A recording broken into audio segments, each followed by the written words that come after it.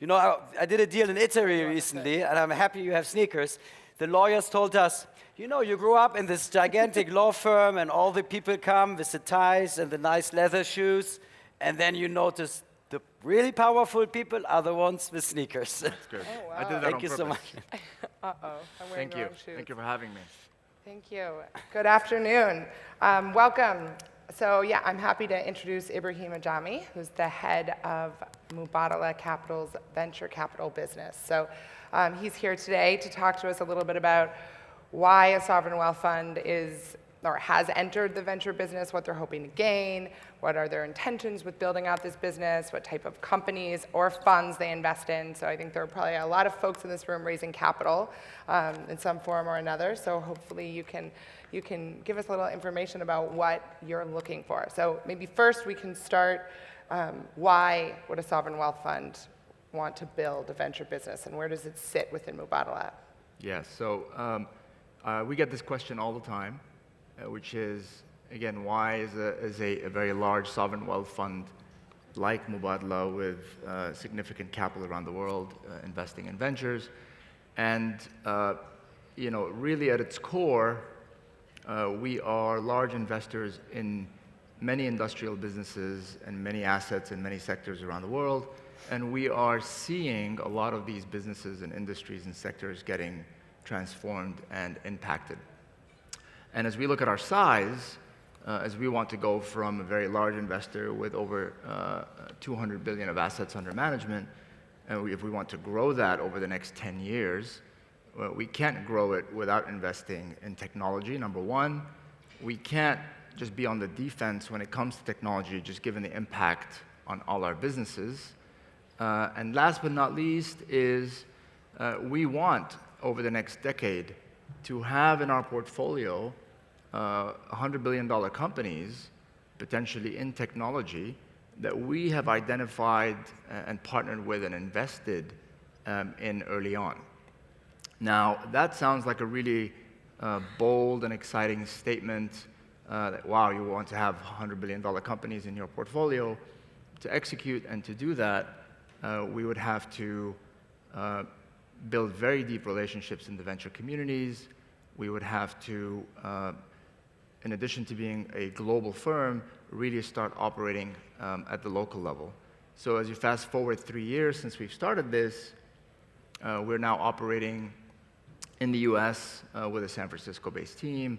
We've just launched in Europe, building a team here in London. We have a team in Abu Dhabi that's focused on the Middle East.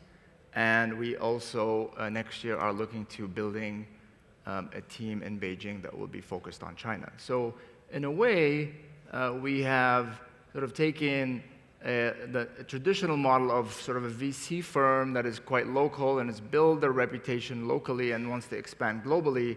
Well, we're taking this sort of global brand and global platform, and we are expanding locally in these separate regions. And we invest both in companies, and to do that, we also invest in early-stage venture funds. We'll talk about SoftBank, which is different.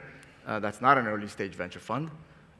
We invest in early-stage seed and early managers. We also make commitments to emerging managers or new managers, or you know, traditional investors that are launching their own venture firms. Why we do that is because it's important to invest in the community. It's important to be a part of the community and have the access and the network and the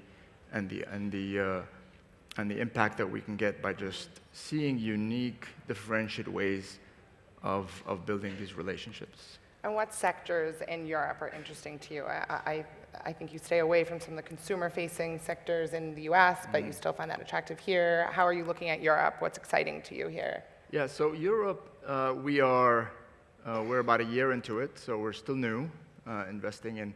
We've made 2 investments in Germany already. Somehow we're based in London, where we made our initial investments in Germany. We're going to announce our 3rd investment out of the UK.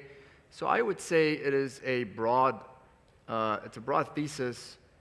I'd like to answer that question by sort of changing it also a bit, or saying, listen, it's ultimately we are very founder-led, and it's also it was a big effort for us to change how we operate inside Mubadala, to bet on the founders, to focus on founder-led teams, to partner with founders, and listen, how do we let the founders take us there? So if you look at our initial investments, we've invested in WeFox, so that's around the fintech and insurtech. That's a big thesis around the transformation of financial services. We've invested in Tier, which is micro-mobility and how the transformation of cities. That's also a key part of how we think about these companies as they expand, not only in Europe, but they also expand globally. We look for companies that potentially could have significant global impact. We invest out of our regional platforms early on, and then we have the ability to potentially invest further as these companies grow. So one of the things that's unique about us is, in addition to building these teams that are very focused locally, is how do we provide access to all the relationships that Mubadala brings around the world, and in addition, potentially, if we identify a winner, how do we potentially follow on and continue to support that business with capital moving forward? And so with regard to founders, are there any non-negotiables when you're looking at founders specifically? Like what are characteristics or qualities that you're looking for? Yeah, so we, again, for us, the protection of the brand, the sovereign brand is really important for us. Right. So we really aim to build deep relationships with these managers, with these founders, because we take a long-term view about how we want to partner with these companies. So things we look for, the narrative is really important for us. Why is this team building this company? Why is this team thinking about this industry? Are they set up at the right time, with the right tailwinds, with the right structure? Number two is, are they able to attract talent? Are they able to raise capital? Are they thinking globally? Again, no technology company, as you know, today is a local company. How are they bringing talent from all over the world? How are they developing their businesses in different parts of the world? So I don't know if there is one formula we look for, but again, I think one of the things that we're trying to do inside the platform, inside the venture platform within Mubadala, which is to say, listen, you take us there, and we're going to back you. So we'll follow you, but just deliver on your commitments and execute. I think that's an important one to highlight. We meet a lot of founders, especially in Silicon Valley. We meet a lot of founders that have very bold ambitions and visions, et cetera. And let's say that's sort of my step 5 of where I want to be. Then we really dig into what sort of steps 1 through 4. Can you execute on that? So the ability to translate that into very clear execution, real execution capacity is an important part for us. So I know we don't have a lot of time today, but I can't leave without asking you about SoftBank. And so you're an LP in SoftBank's Vision Fund, one of the largest LPs. And so can you talk to us a little bit about that? What is the impact of what's going on? What impact is that going to have on the ecosystem, on Vision Fund 2? It's big. It's very big. So yes, we are LPs. I get this question all the time.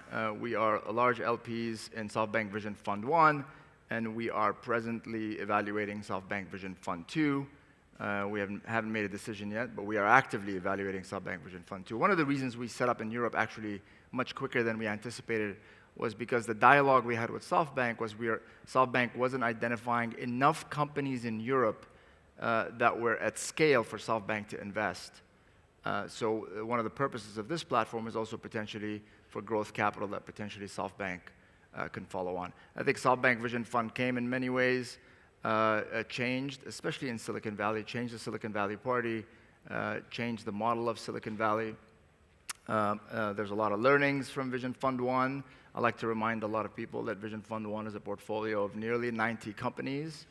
Yes, there's one company that starts with we, but that's only 1 out of 90. It's an important one, but that's only 1 out of 90. So, and I think the impact that the we company is going to have on technology, on founders, on capital is quite significant. You're starting to see that. One of the things that we actually really like about European founders, and we're starting to see that, is just protection of capital, respect for capital, understanding how do you really build a business in a very capital efficient way. We actually, we admire some of the dynamics we see in European founders.